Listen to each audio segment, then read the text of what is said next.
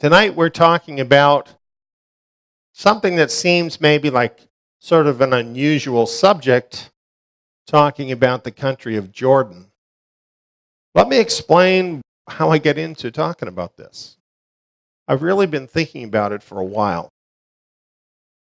Basically, there are some teachers in the Messianic community that see a lot of the things that we see around us in America and in the developed world.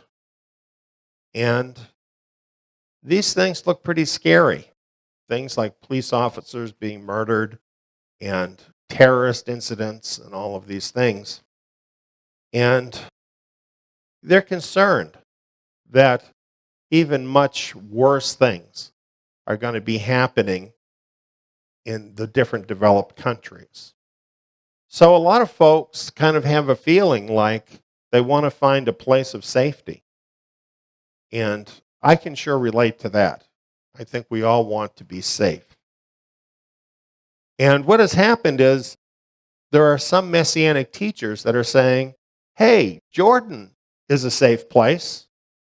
There are scriptures that talk about Jordan as being a refuge for Israel in the last days. So we don't know when something bad is going to happen here in America or in Europe. Perhaps what we ought to do is run to Jordan right now so we'll be safe.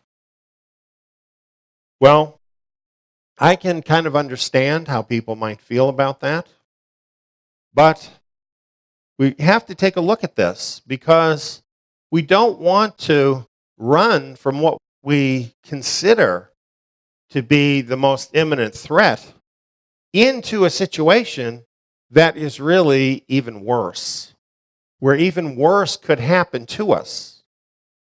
Instead, what we want to do is carefully consider what the scriptures say about these matters so that we act in a responsible way. And, the truth is, sometimes Bible teachers can be well-meaning, but they can be wrong about things because they just don't know the whole picture. Or they can even be irresponsible.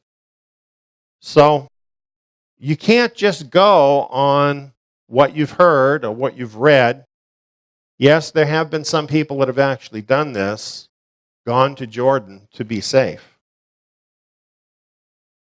So while we know this message is going out, and in fact, some people have actually made this trip, I have felt a responsibility to talk about this and to speak about it. And the reason why is because really people's lives could be at stake. And if I don't tell you what I know and you do this and you end up being killed because of it, blood would be on my hands. I don't want that.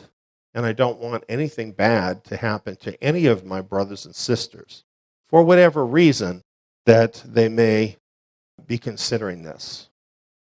Full disclosure, too, I need to tell you, I've heard from people that have not only heard this message and be urged to do this, but even some who have actually done it, who have actually gone to Jordan, thinking that they would find kind of a biblical utopia, if you will. Brothers dwelling together in unity in greater Israel. It sounds great, doesn't it? Only what I've heard is from some, they've gone, and let me tell you, if you want to take your whole family to Jordan, that's not going to be inexpensive. It's going to take up a lot of your family wealth. And what if you do that and you get there and you don't find what you're looking for? That has been the experience of some. And some of the words I've heard about it is disunity, factions, and even the spirit of Korah.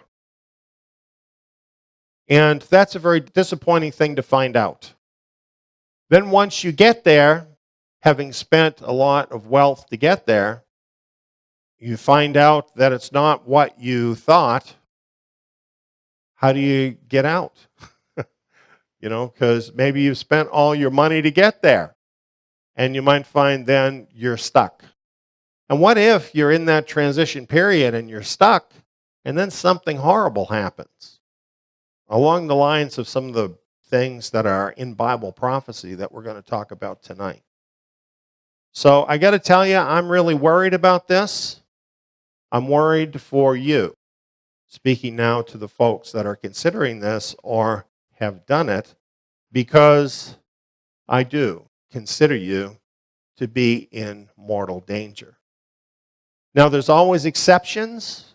There may be some people who have been called to go there and minister there. And this message is not for you. If that's what you've done and you have obediently followed what Messiah has laid out for you, then you need to follow him whether it's dangerous or not, right? So this doesn't apply to you. But if what you're looking for is a place of safety, and you're going there or have gone there because you think that's going to be the place of safety, well, really, the biblical picture doesn't agree with that right now. And I need to show you that. And I just ask that you take the time to consider this whole message and think about it and pray about it, because I'm really giving this message for you. Well, why do people think that Jordan is a place of safety? This verse is one of the verses, there are others, that talk about Jordan around the time of the Great Tribulation. Here we have the king of the north coming against the glorious land, that's Israel. But Edom, Moab, and Ammon, which are more modern-day Jordan, will escape. So, that makes you think, wow, that must be a safe place to be. There are other verses we could point to like this during the same period to show Jordan as a safe place to be. However, because a place is going to be safe at a certain time, does that necessarily mean that it's always safe? And that's really what we need to think about, the timing issue, and we have to see what's going on with Jordan right now and what the scriptures say are ahead. The first thing we want to consider is the security status of Jordan and neighboring countries as that stands in the summer of 2016 right now as I'm sharing this message. And I say it that way because things change so fast in the Middle East. You might hear this in the future, and things might be very different than they are right now. But frankly, right now, things are not that encouraging in the Middle East, are they? Well, talking about Jordan now, we do have some things that are very good about Jordan. For instance, in 1994, Israel and Jordan made peace with one another. They have a peace treaty, one of two countries that have peace treaties with Israel. That would be Egypt and Jordan.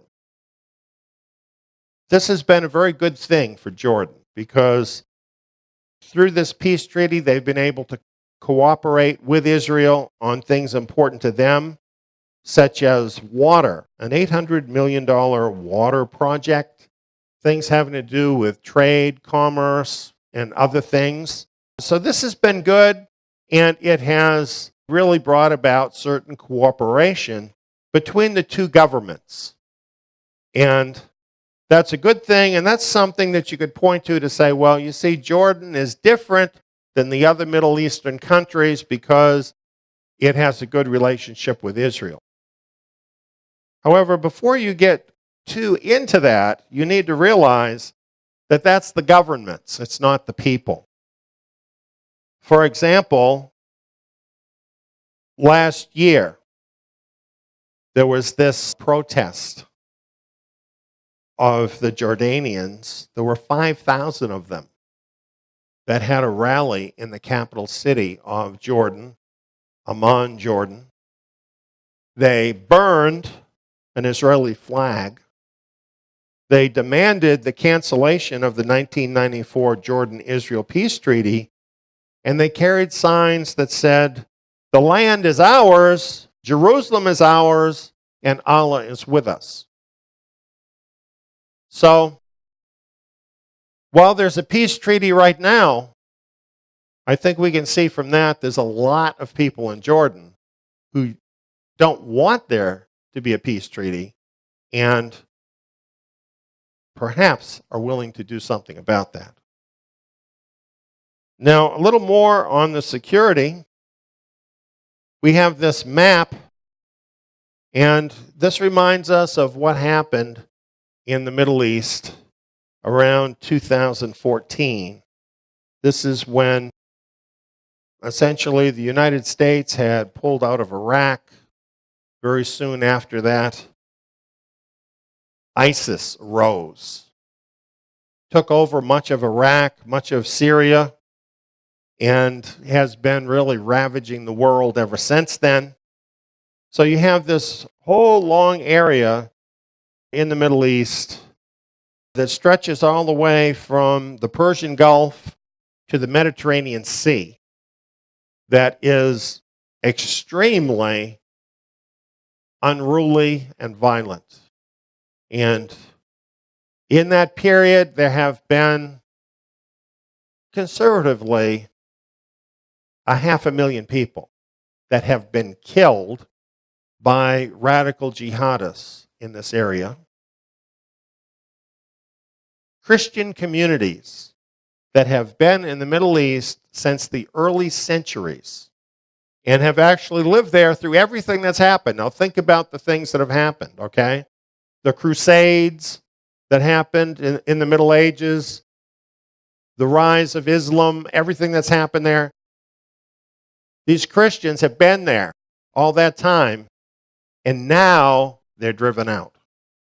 And there's only a small number that are there. And that's because horrible things have been done to those that stayed. So, really, the situation in the Middle East has been bad. Now, let me tell you something. I told you about this before it happened. And you can go back and you can listen to my Revelation series that I gave in 2008. And I told you there was great destruction that was going to be coming in the Middle East and that we needed to pray for the righteous.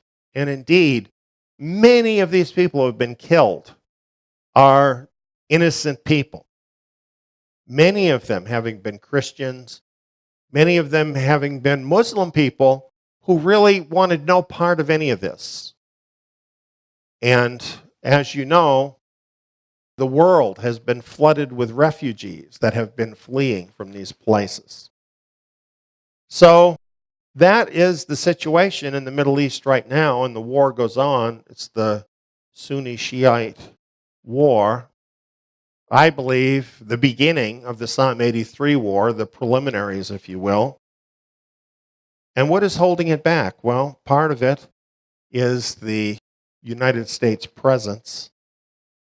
In Jordan, there are bases, United States bases with fighter jets and bombers.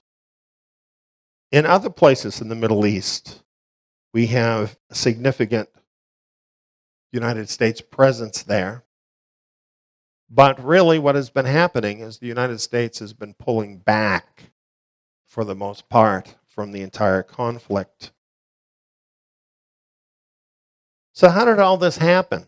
Well, the truth is, the United States had set up bases in Jordan where they trained rebels to go in and fight against the president of Syria and his administration. These rebels actually ended up being what we know today as ISIS. So ISIS is fighting with training from the United States, much of which they got in Jordan, and gear and weapons from the United States that they have gotten in their warfare as they've taken over these different areas where the United States had supplied weapons. So this is actually how it happened. Now, you might just think that this is all a mistake, and that's one way of looking at it. Myself, I don't think so. I think this was planned to happen this way to destabilize the area, and it's part of the globalist plan. A lot of people in Jordan aren't happy about U.S. troops being there and bases being there. King Abdullah, he's very favorable to America and indeed gets a lot of aid from America, military aid and other kinds of aid. That's good for him, and it has helped him. And some of that is going back to the people. But you know what? The people don't really care about that part very much. There are many who are opposed to having Americans in Jordan, specifically American bases in Jordan. As a matter of fact, some of the tribal people who otherwise support the king sent him an open letter condemning his decision to allow U.S. troops and bases into Jordan. They said they considered U.S. troops on the ground as a legitimate target for all honorable Jordanians. I don't know how you feel about that. That doesn't sound friendly to Americans, to me. That sounds more like a bomb that's waiting to go off. Here's a little more. Israel helps Arab neighbors in fight against ISIS. Well, that's very neighborly. And Israel, it tells us here, is providing intelligence to its Arab neighbors and with whom it has treaties, which would be Jordan and Egypt. And also probably some more substantial help they're not talking about. Why would they do this? Well, certainly to be friendly to their neighbor. However, they do have a self-interest because Jordan takes up the entire eastern border of Israel. Now think about that. So they want to support Jordan because they want Jordan to succeed. They don't want that to fall into the radical jihadists.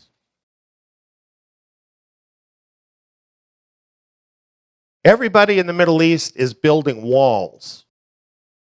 Do people build walls when they feel safe?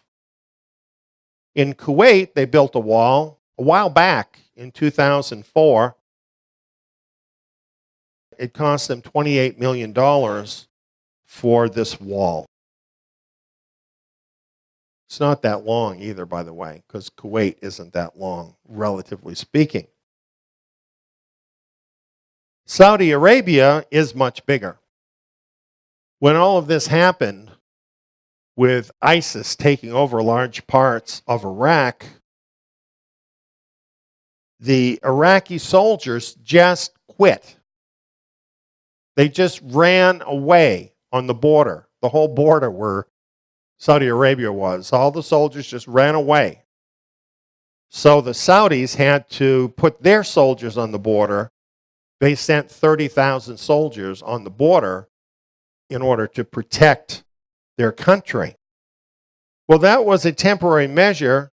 What they're doing now is building a barrier. And as you can see in the picture, this is a huge barrier. It stretches all the way from Kuwait to the country of Jordan, and it's very high tech, as the picture shows. It's not just like a little chain link fence up there and forget it. This is a very high tech barrier that costs a lot of money. This is 600 miles long. This is called the Great Wall of Saudi Arabia. Okay, you thought China had a great wall? I'm telling you, Saudi Arabia is building a great wall. How much is this costing? Well, I couldn't even tell you because I have no idea, but I will tell you it's hugely expensive. And really, Donald Trump has nothing on these people about building a wall. This is a huge wall, 600 miles of high-tech barrier. And do you do that if you don't think it's serious? Do you do that if you think you're living in a place that's safe? Now remember, Saudi Arabia is right next to Jordan. And they've done this. Now this is the Sinai Wall. And this is built by Israel along the Sinai Egyptian border, which is the southernmost border of modern-day Israel. You can go the whole stretch there, and that's what you've got, is this wall. Why is that there? Have you seen in the news about ISIS? They've been killing Egyptian soldiers just on the other side of this wall. They've been trying to tunnel through. They've been trying lots of different ways to get through along this border. And Israel has put up this barrier to keep them out, but they are very persistent. And they really are trying to infiltrate Egypt as well. Israel is also building an anti-ISIS fence along its border with the country of Jordan. Now this is interesting because, as we said, Jordan is supposed to be Israel's friend, right? Why should they be worried about ISIS coming through from Jordan? Unless maybe Jordan is not as safe a place as maybe some people would have us think. Because it's not inexpensive to build these walls through the desert. Israel's not going to be building this unless they consider there is a significant threat. So, that's not all the walls either. We have Jordan itself. This is Jordan's Great Wall. They've got a great wall too. It's 287 miles long, a high-tech security barrier along the border with Syria and Iraq. It's got it all. It's got the fences, it's got the roads, it's got the patrols, it's got the satellites, it's got the sensors, it's got the helicopters, the whole deal. Why is that? If Jordan is such a safe place to be. I think the answer is obvious. We know what's happened in Syria. And the outcome is still very much up in the air, isn't it? So, here's what it looks like right now. I have put the fences, the walls, in red on this map. These are ISIS jihadist security barriers. Now, it's not entirely ISIS, is it? What you have is the entire border in the north of Israel is also all fenced off with walls. And of course, that's against other groups other than ISIS, along the border with Lebanon, along the border with Syria. Certainly, that could help with ISIS too, but also other groups. So we'll call them jihadists, because one thing all these groups have in common is they all hate Israel, and they all would like to destroy Israel, even if they all hate each other. So that's pretty much how that works. So for now, we've got the walls, and we've got security efforts. And these are more or less holding things at a certain status quo in the Middle East. But we have to wonder, can the walls hold back ISIS over time?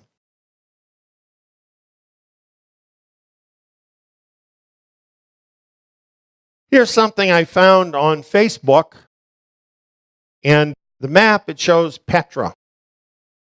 Petra is located in Mayen, Jordan. That's a governorship, something like a state in Jordan. That's where it's located. Now, you might have heard me talk about Petra before because I've actually taught on Petra, and I've shown that it's very likely that at a certain point in the Great Tribulation, remnant people will go there to be safe. And I did tell you that, and it's absolutely true. But does that mean it's safe now? Well, in this area at the capital of this governorate, this state, there was a demonstration, which kind of tells us what things are like in this area politically. What you're seeing here is a black ISIS flag that was draped up right over the main street. And then you had this demonstration of many, many people there in that area. And they wrote lots of graffiti in Arabic on the buildings around there, expressing what they were saying, and translated into English, it says, "We do not accept the illegitimate Jordanian government. Welcome, Islamic State." I think that makes that part of Jordan, where Petra is located, less than a safe place right now. Because we don't know what any of these people are going to do, but we do have what might be some indications in prophecy in Scripture that I'm going to go into in a few minutes. Well, within Jordan, there are ongoing, worse than demonstrations really, attacks by ISIS.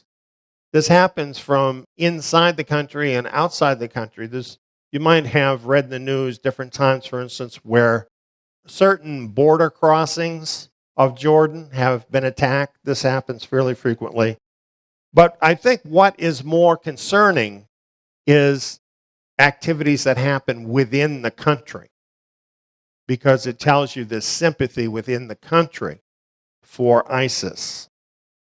And this particular plot that happened in the spring is an example. It says, ISIS militants plan to strike civilian and military targets inside Jordan, but were foiled by authorities. They arrested 13 people in this case before they could strike. However, 7 other terrorists wearing suicide belts and carrying automatic weapons attacked Jordanian security forces, and they were killed, as were some of the forces. So there is a struggle going on within Jordan now against the government of Jordan. Outside of Jordan, there's been problems too. Of course, Jordan has been fighting against ISIS, and they have been sending out their fighters to bomb ISIS in Syria. One of their planes was shot down, and this poor man that you see in the cage here, who was one of the pilots, was captured and put in this cage where he was burned to death by his captors in this cage. This was videoed and sent back to Jordan. Actually, there's quite a bit of sympathy in Jordan for ISIS. As a matter of fact, over 2,000 and now closer to 3,000 Jordanians have actually joined the army of ISIS. They're actually part of it. And just imagine what happens when those ISIS fighters go back home to Jordan. They really could have a lot to do with overturning the country. And there are frequent reports of infiltrators. And there are major figures, major terrorist figures that are actually Jordanians. So it's not as if Jordan is this island of sanity in the middle of the Middle East. There's really a lot of craziness in Jordan too, and a lot of these folks are very sympathetic with ISIS. Now, here's the picture as it expands. Refugees. Refugees constitute a third of Jordan's population. There are 2.7 million registered refugees in Jordan. That's 41% of the total population. Now just think of that. Over 40% of the people in the country of Jordan are not even Jordanians. How many of those refugees that have come into Jordan could actually be ISIS infiltrators? And here's something interesting. There are 1.5 million Syrians in Jordan, and 80% of the Syrian refugees dwell in host communities. They're not in refugee camps. They just live essentially as ordinary people within the country of Jordan. That's 1.5 million Syrians, free to come and go. That sounds pretty dangerous to me.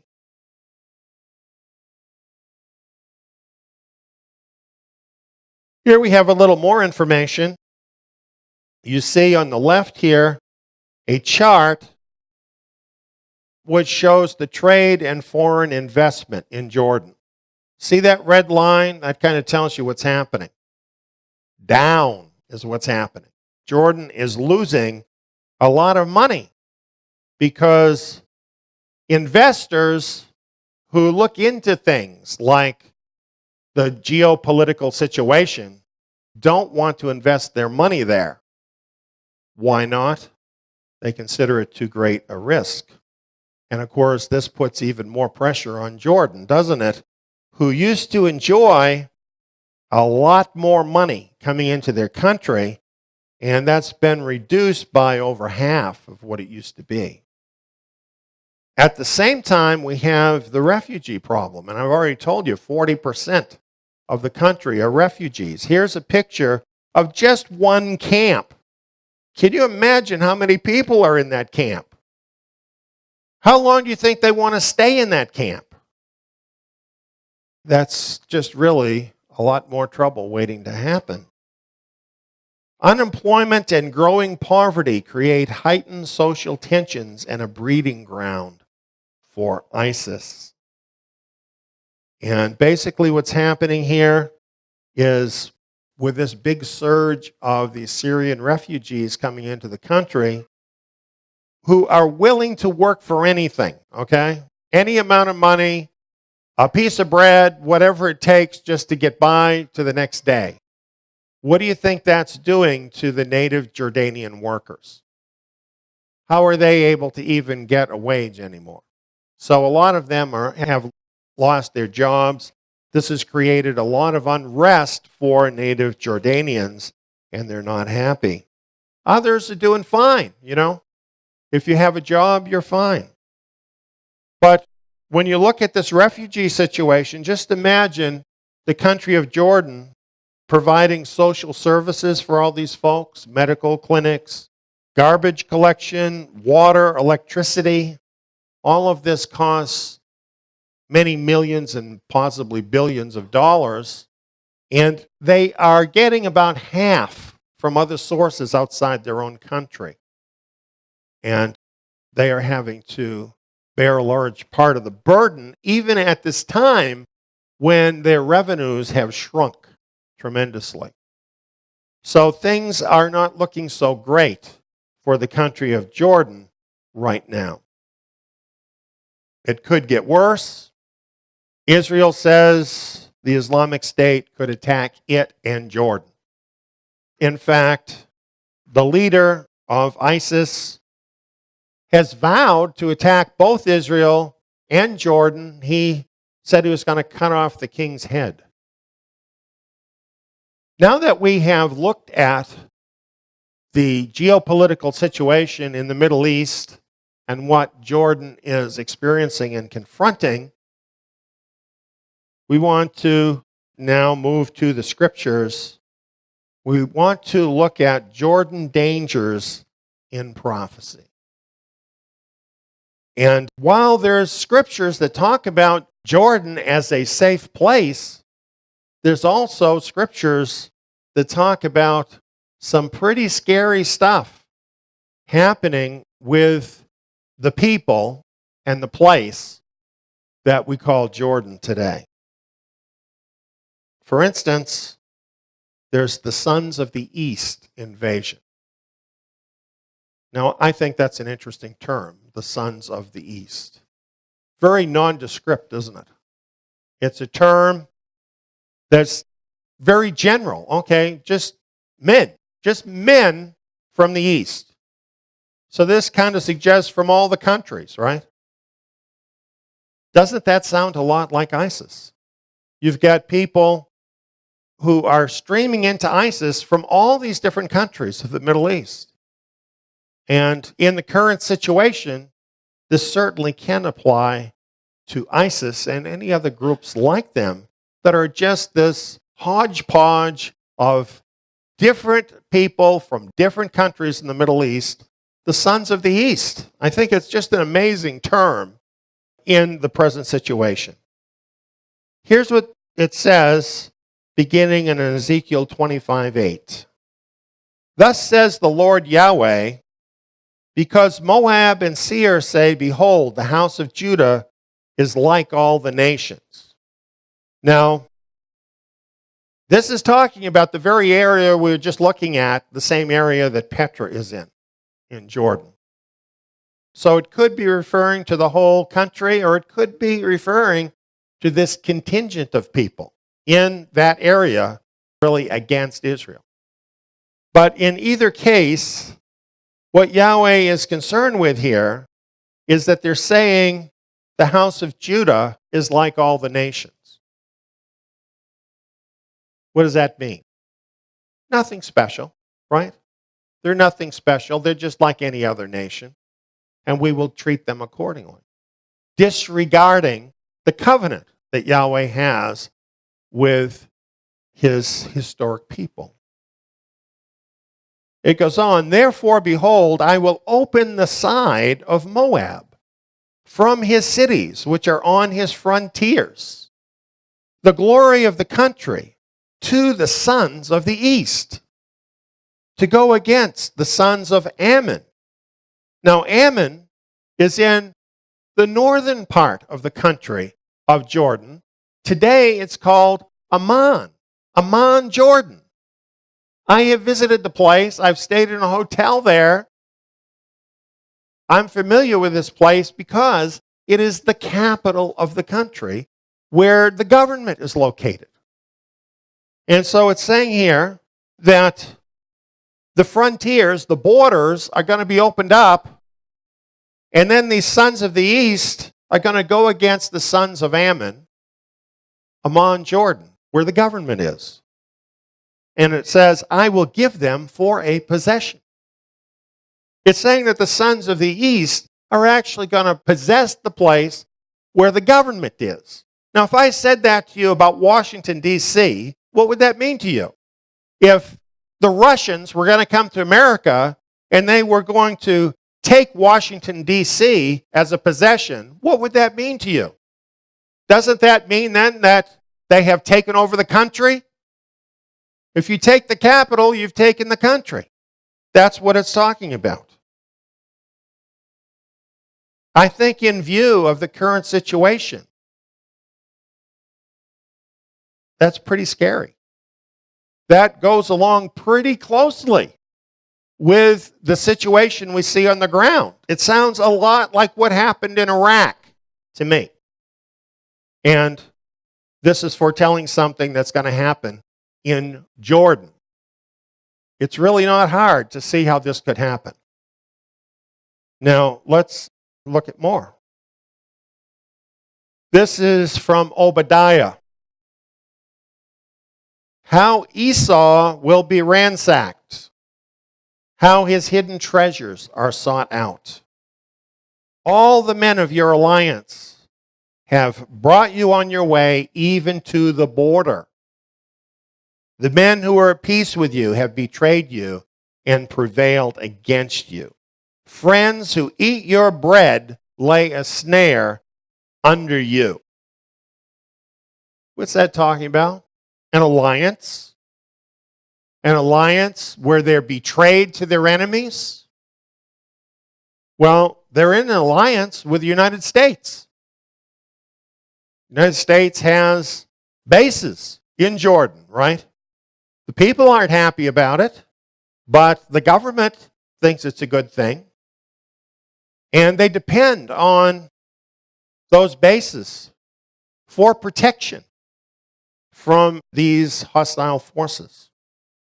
Certainly, though, we don't have to worry about the United States ever betraying Jordan, do we? Oh, wait a minute.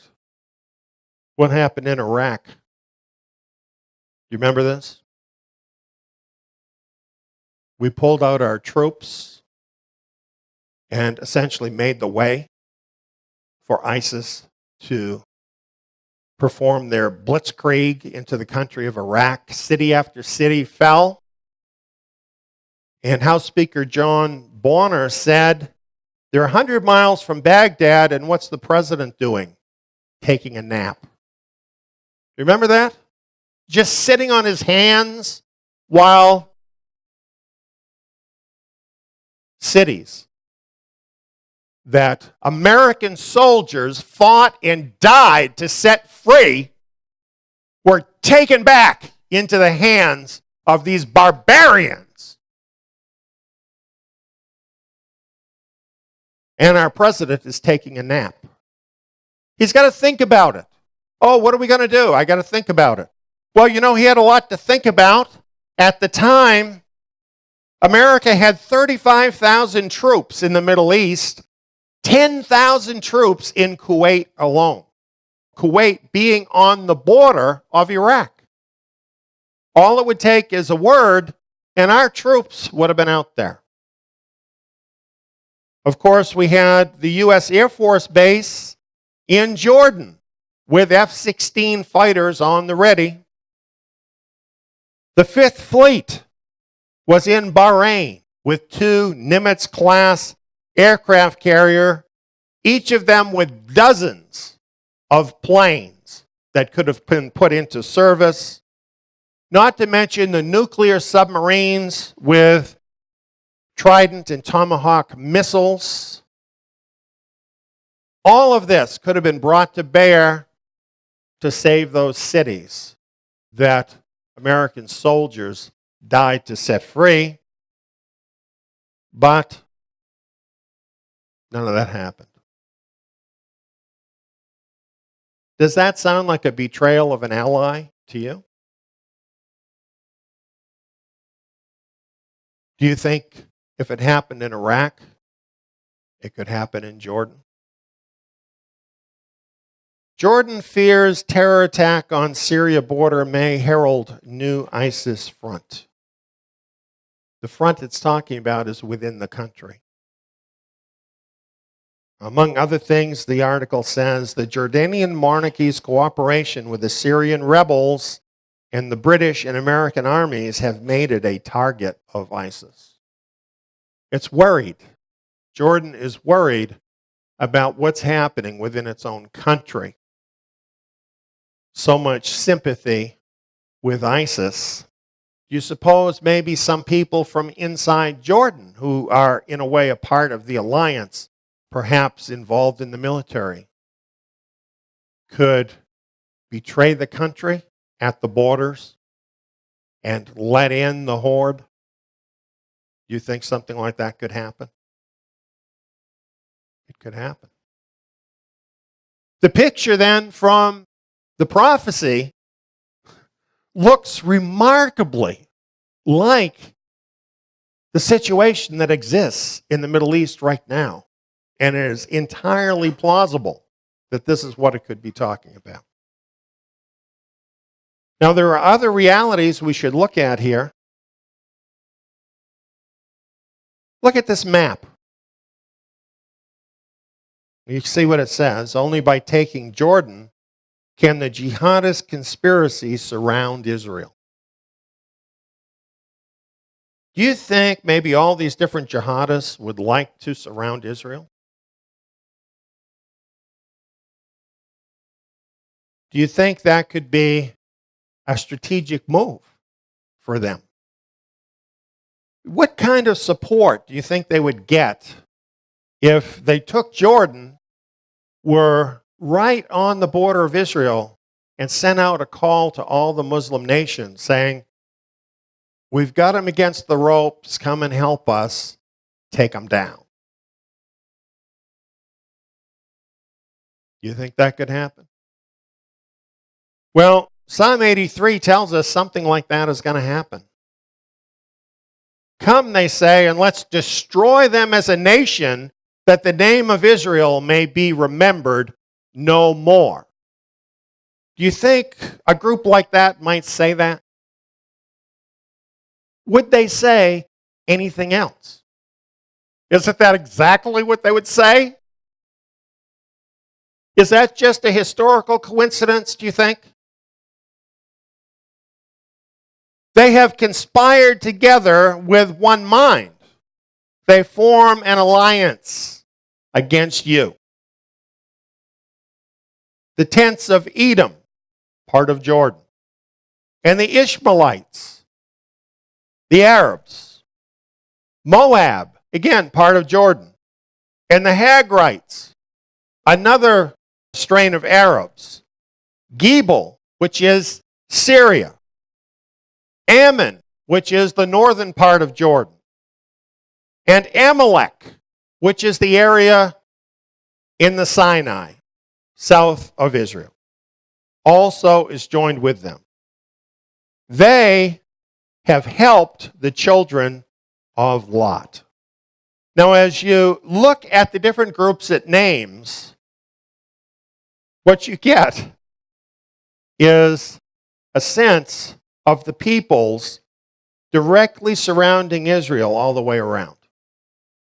Totally surrounding Israel. So when I have this picture of Israel being surrounded and them taking over Jordan to do it, the scripture seems to go closely with that idea. Furthermore, it says about all these different peoples, they have helped the children of Lot. That's Moab and Ammon, which is the most substantial part of modern day Jordan. It's as if the idea originates in Jordan. So it gives you the question, does the attack then start with Jordan and the others join in?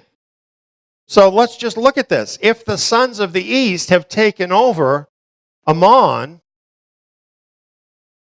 and then they say, come, let's destroy them as a nation, that the name of Israel may be remembered no more, then Jordan is calling for help, right? It's under a different administration now. But Jordan is calling for help. And it says all these different groups will help them. So that really seems to go along quite well with the scenario that I have painted so far. And you know, you don't have to push this much, do you, in order for it to work? Because the situation as it exists in Israel and in Jordan and in the Middle East right now fits the picture. Well, we have some more that we want to look at.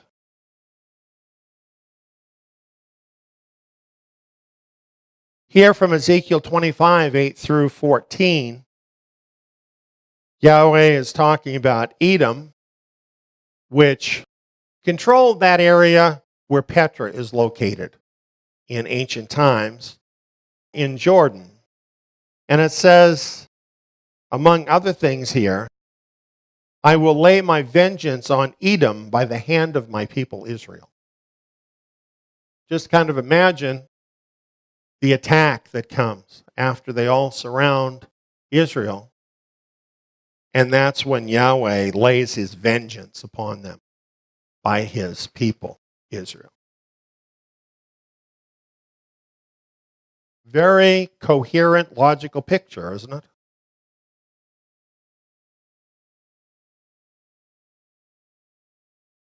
Here's Isaiah 11, 11 through 16. Here we're going to find Philistia, Edom, Moab, and Ammon will be subjugated in the remnant return. Let's read this and discuss it. It says, it will happen in that day, Yahweh will set his hand again the second time to recover the remnant that is left of his people. He will set up a banner for the nations and will assemble the outcasts of Israel and gather together the dispersed of Judah from the four corners of the earth. Now just imagine that. We've talked about those verses before, right? That's the remnant exodus. That's Yahweh gathering all his remnant from the house of Israel and the house of Judah from wherever they are throughout the world. That is an amazing thing. But what else happens at that time is also amazing. It says the envy of Ephraim will depart. Ephraim won't envy Judah. Judah won't persecute Ephraim. So the split that we find in the scriptures that occurred among the kings of David and then the break-off by the 10-tribe kingdom that has continued to exist throughout history, that will be over. All of the remnant will be reunited under one leadership. That's what it's saying. So picture that. Picture now a regathered remnant all under one leadership in the second Exodus. Let's read some more as this goes along. It says, they will cover the shoulder of Philistia. If you look in the map, that's Gaza. The Palestinians, Philistia, the same name, on the west. They will plunder the sons of the east together. Now, that doesn't necessarily mean ISIS. I mean, the whole thing could be in a different form at that time, right? In the future. But there's obviously going to be some fireworks when the remnant returns in the second Exodus. It says they will extend their power over Edom and Moab, and the sons of Ammon will obey them. That's modern-day Jordan. Edom, Moab, and Ammon. That's the territory that today we call Jordan, with the exception of this one weird-looking pot handle that sticks out there. But other than that, that's what you're talking about here. Well, it continues here. It says, Yahweh will utterly destroy the tongue of the Egyptian sea. And with his scorching wind, he will wave his hand over the waters and will split it into 7 streams and cause men to march over in sandals. There will be a highway for the remnant that is left of his people from Assyria, like there was for Israel in the day that he came up out of the land of Egypt. Friends, we don't need to get scared and go running off to something we think is a place of safety. When you see what's going to happen here in the second Exodus, this is an organized thing that Yahweh is going to do. It's going to be a specific thing that happens with all his people. Otherwise, how could he do this great miracle if they're not all gathered together, all moving together, as in the time when they came up out of the land of Egypt. That's how it's all going to happen. An organized people, a great people. Another verse says it's going to be greater than the first Exodus. There's going to be miracles. Now, hey, in the first Exodus, we had miracles. We had the Red Sea cut in half. Here it's talking about completely obliterating the water so that you can walk across in your shoes and your feet won't get wet. Think of that. Hey, I have trouble thinking of that. Okay? I've devoted my life to this. And I would not believe a word of it, except that Yahweh himself has said it. And I know he does everything that he says. So I know it's going to happen. But you know, the part about the miracles and going in there, that in a way is easier for me to believe than having Gaza and Jordan under the control of the remnant. And I don't know how that's going to happen, to tell you the truth, other than the fact Yahweh said it, so it's going to happen. But this is later on, I believe, after these other events have already happened and have been dealt with. This is later on after that. Now, there's backing for this. There's more backing in Obadiah 1:15 through 21. Now look at this. For the day of Yahweh is near all the nations. It's telling you when it's going to happen, friends. It's going to happen essentially shortly before the end is when it's going to happen. It says, as you, Edom, have done, it will be done to you. Your deeds will return upon your own head. In Mount Zion, there will be those who escape. Oh, who's going to be in Mount Zion that have escaped? It's the remnant, right? And it will be holy. Mount Zion will be holy. Those people will be holy. The house of Jacob will possess their possessions. Isn't this why we're going back to Israel? To possess our land? Isn't that why Yahweh is bringing us there? With a mighty outstretched arm to possess our land. This verse says we're going to do it. And that's going to include Edom. The house of Jacob will be fire, the house of Joseph a flame, and the house of Esau for stubble. They will burn among them and devour them. Indeed, Yahweh has spoken. Those of the south will possess the mountain of Esau. Those of the lowland, Philistia, they will possess the field of Ephraim and the field of Samaria. Benjamin will possess Gilead. The returned exiles of this army of the sons of Israel will possess Canaan, even to Zarephath, and the returned exiles of Jerusalem who are in Sepharad will possess the cities of the Negev. It's saying from the farthest point north to the farthest point south. Deliverers will go up on Mount Zion to judge the mountains of Esau, and the kingdom will belong to Yahweh. That's what it says. You see, when the remnant return to the land under Yeshua Messiah, that's the kingdom. That doesn't mean that there's not going to be a whole big conflict over that. What do you think the Great Tribulation is about? There's a big conflict. The Antichrist system, right? But we're not going to be on our own. The kingdom will belong to Yahweh. This is an organized thing. A kingdom is an organized thing, folks. It's not just in your heart either.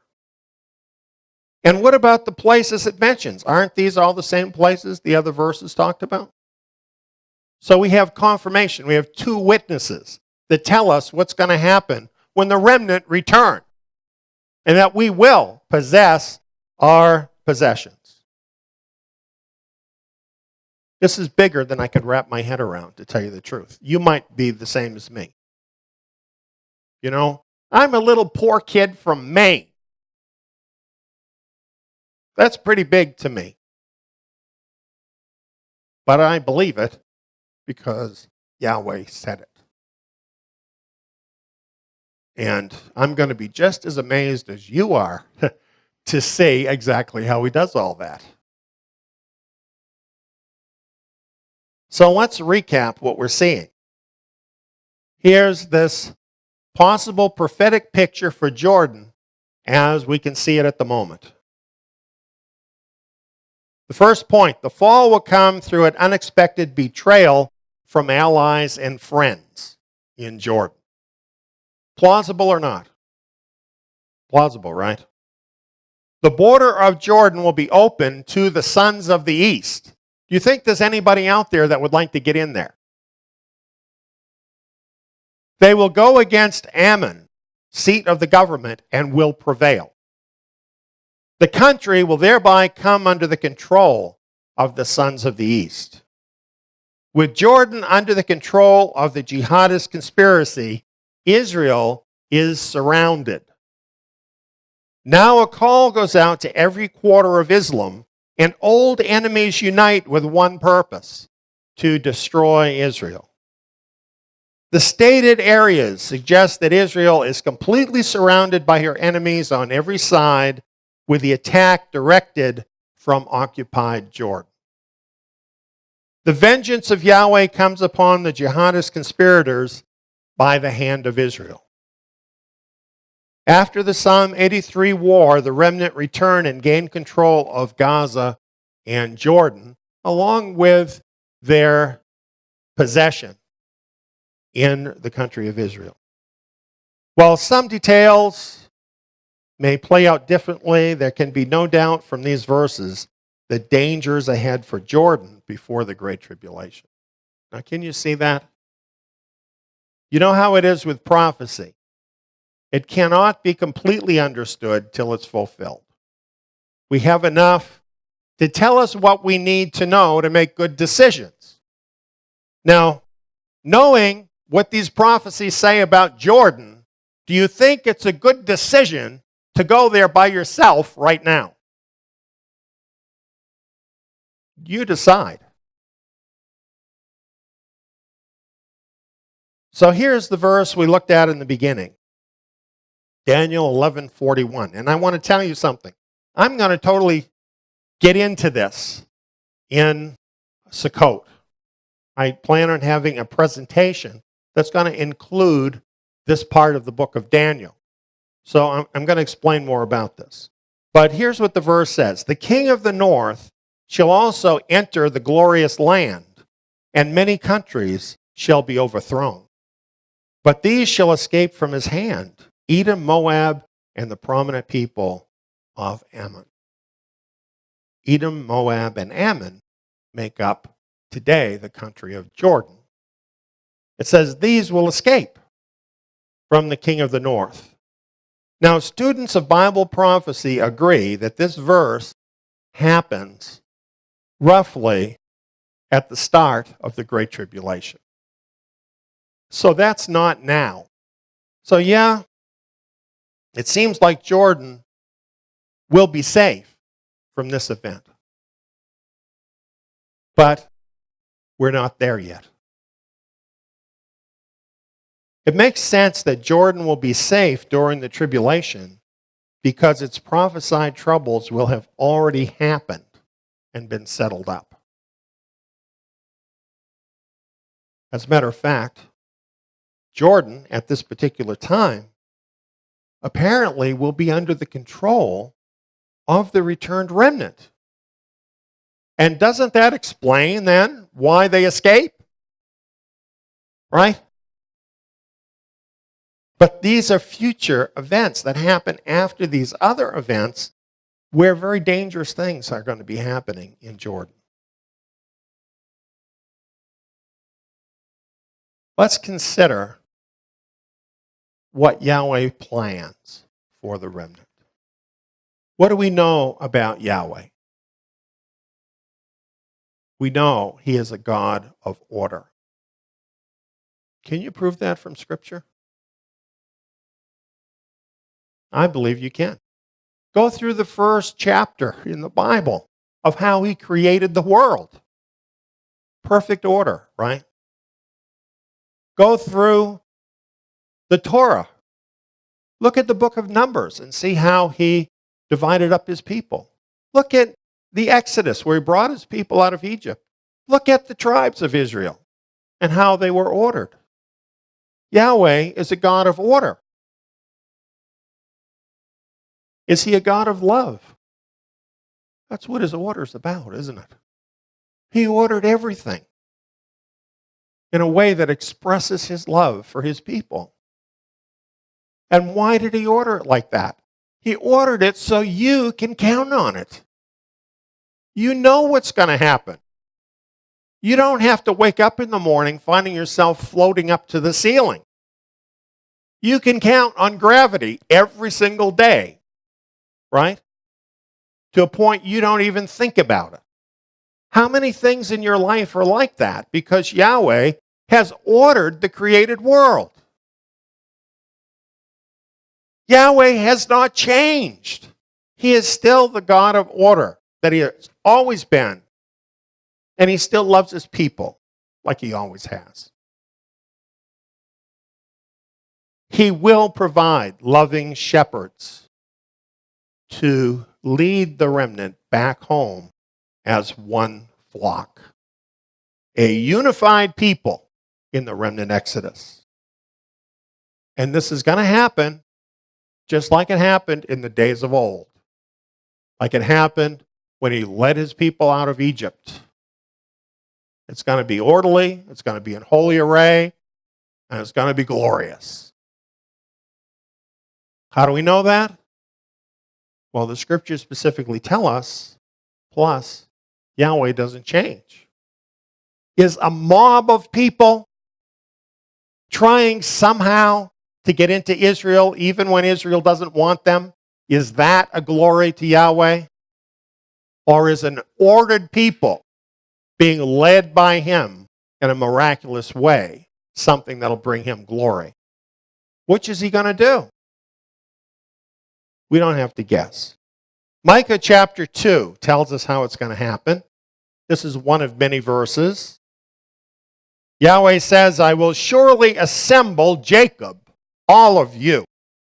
I will surely gather the remnant of Israel. I will put them together as the sheep of Bozrah, as a flock in the midst of their pasture. They will swarm with people.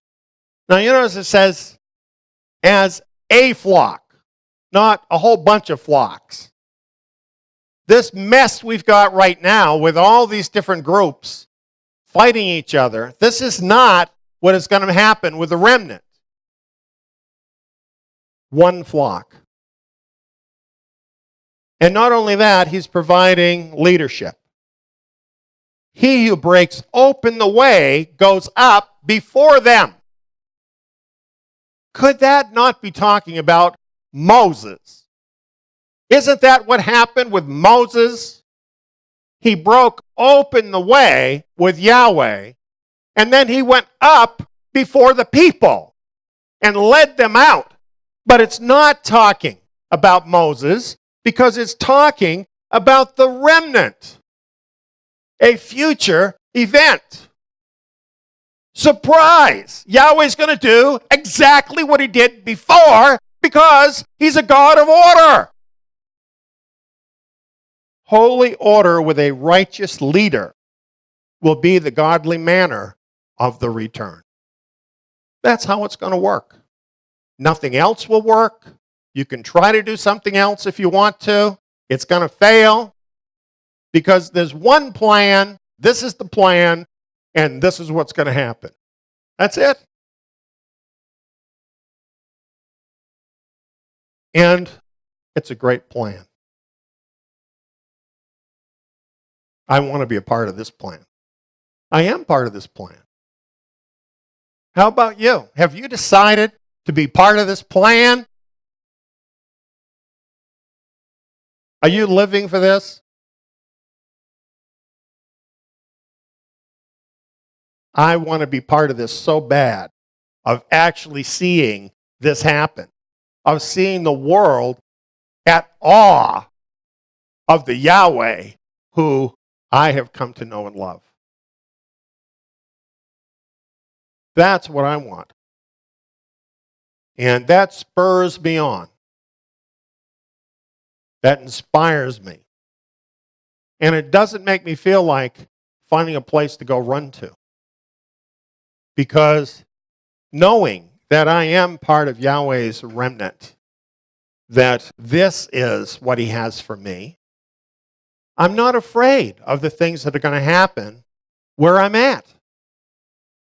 Why not?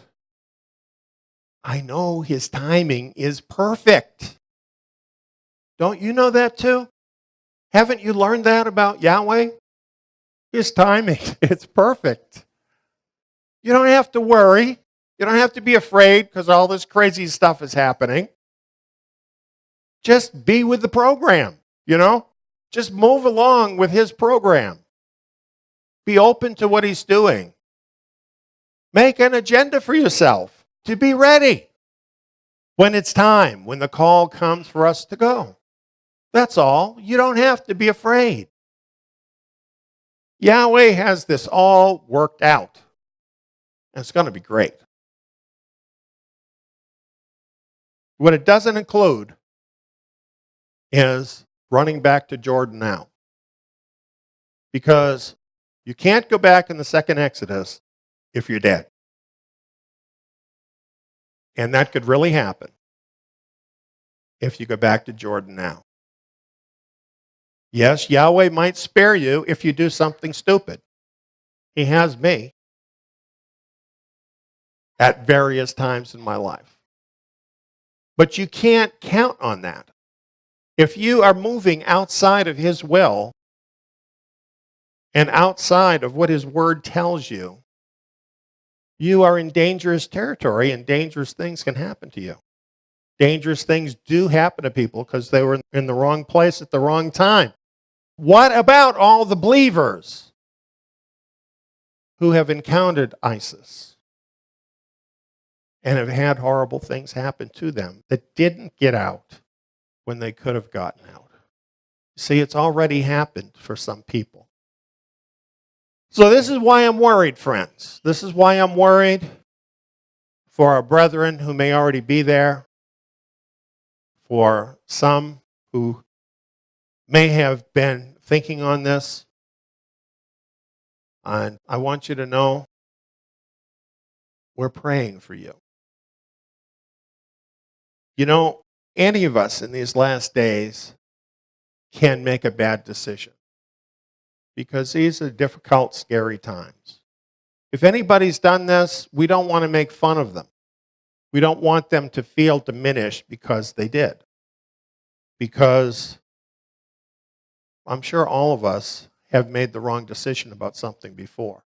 But let me tell you, there are people that have gone there, have found it's not what they thought, have heard the voice of Yahweh, and then have had to come home and had to encounter a lot of hardships in order to do that, and basically had to start over. And we're in a better position before they went than they are when they come back. It just diminishes them to do it. So we don't want any of that to happen to anyone unnecessarily. And we want you to know, if you're in this situation, that we love you, we're praying for you, and it's not too late to get yourself moving in harmony with what Yahweh's doing with the remnant. I would also speak to others who are listening. Maybe you never heard of this before, or perhaps it just didn't appeal to you, but perhaps you know others that have thought about this, or even that have done it. Please share this with those folks and let them know that we care about them And we're just praying for them. We're praying that there will be time, enough time for them to get out. And I hope they don't sit on their hands very long. Let's pray for them right now. Father, we want to pray for our brethren who have gone to Jordan. Father, we pray regarding those that you have called to be there. As I said, this doesn't apply to them. They may have some unique reason that you called them there. But those who simply have gone there because they heard this message that Jordan is a safe place and liked the idea of going to Jordan, but did not have a specific word from you. Father, those folks are in danger. And the prophetic word, I think, lays out a potential that we actually see on the ground in that part of the world that could be very dangerous for these brethren. So we ask you, Father, to bring this message to them, to bring it before them, and show them what the truth is about this. And Father, help them to get in step with what you are actually doing to prepare for the remnant and to get free of a situation that could be disastrous for them. And Father, in the case of some, they don't have the resources to be able to get out, even though they know they need to. And Father, for them, I pray that you might provide, even in some supernatural way, for them to be able to get out. Father, we pray for all your remnant people, wherever they may be in this world. It's a crazy place in this world. And sometimes, Father, it's hard for us to make the right decisions. Help us to look to your word and your spirit and not just to things that appeal to our emotions so that we can truly be walking in step with what you're doing. Father, I lift up this prayer before you now in the name of our King, our leader, our Redeemer, Yeshua Messiah. Amen.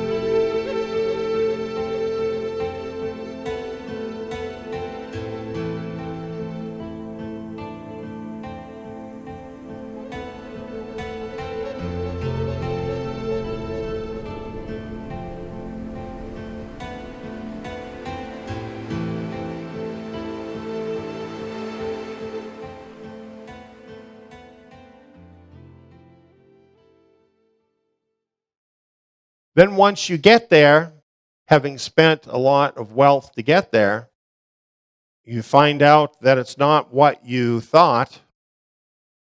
How do you get out? Because maybe you've spent all your money to get there, and you might find then you're stuck. And what if you're in that transition period and you're stuck, and then something horrible happens? Along the lines of some of the things that are in Bible prophecy that we're going to talk about tonight. So I got to tell you, I'm really worried about this. I'm worried for you. Speaking now to the folks that are considering this or have done it, because I do consider you to be in mortal danger. Now, there's always exceptions.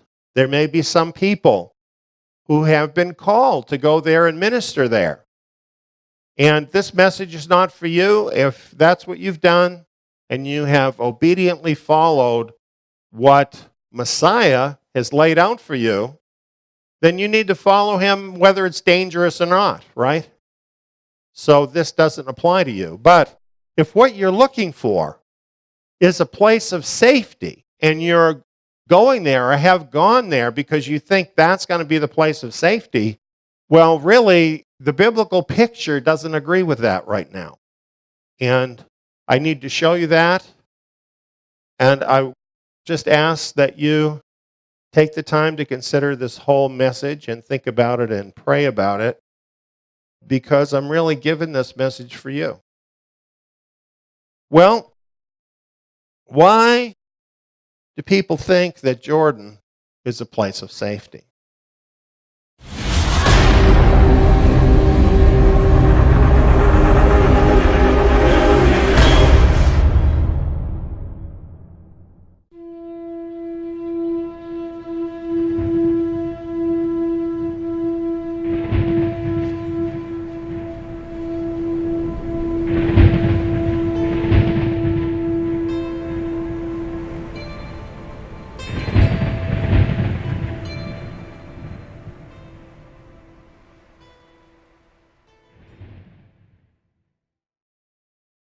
Tonight we're talking about something that seems maybe like sort of an unusual subject, talking about the country of Jordan.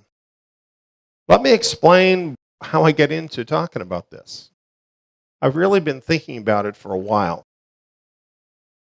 Basically, there are some teachers in the Messianic community that see a lot of the things that we see around us in America and in the developed world. And these things look pretty scary. Things like police officers being murdered and terrorist incidents and all of these things.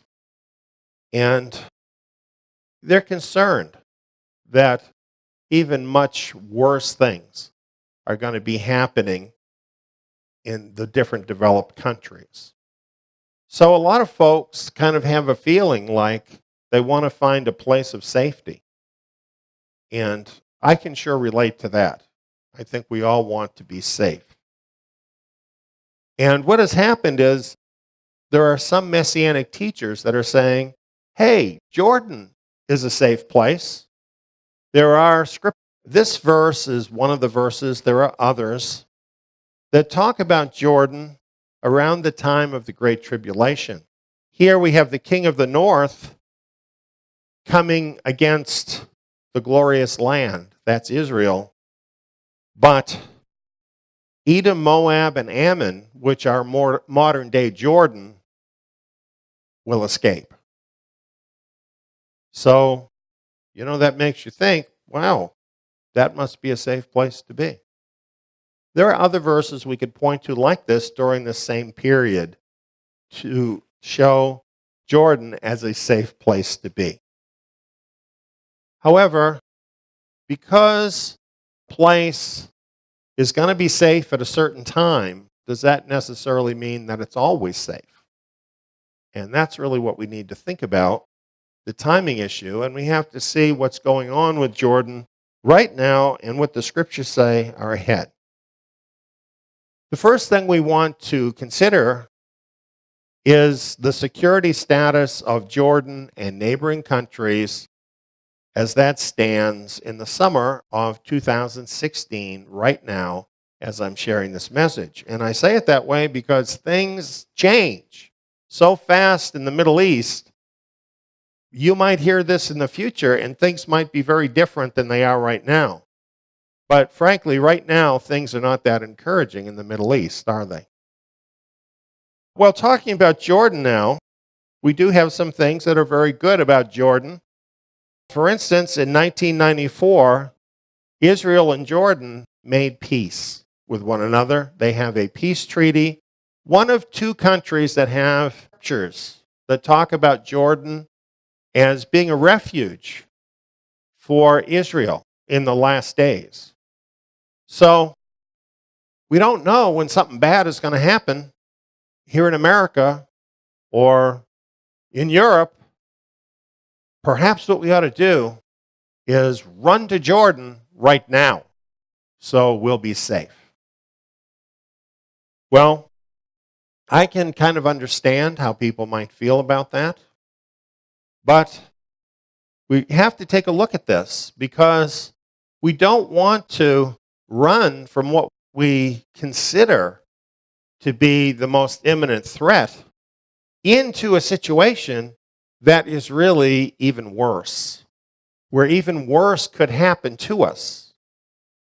Instead, what we want to do is carefully consider what the scriptures say about these matters so that we act in a responsible way.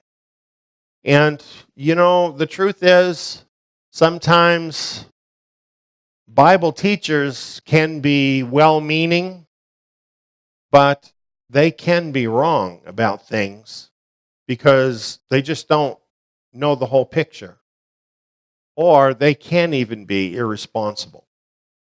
So you can't just go on what you've heard or what you've read. Yes, there have been some people that have actually done this, gone to Jordan to be safe.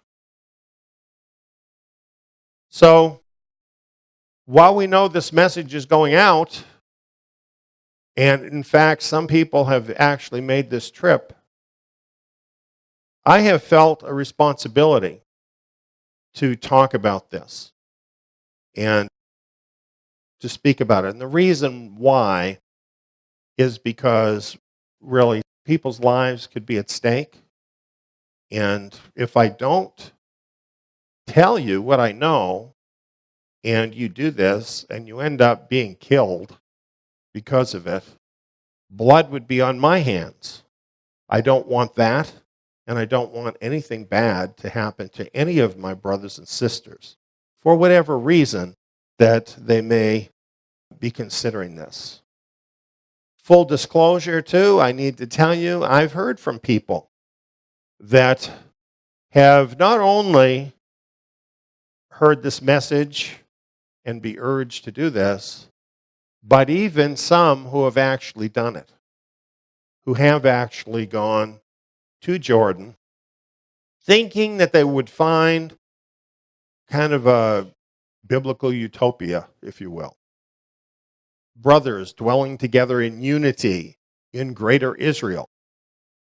It sounds great, doesn't it? Only what I've heard is from some, they've gone, and let me tell you, if you want to take your whole family to Jordan, that's not going to be inexpensive. It's going to take up a lot of your family wealth. And what if you do that, and you get there, and you don't find what you're looking for? That has been the experience of some.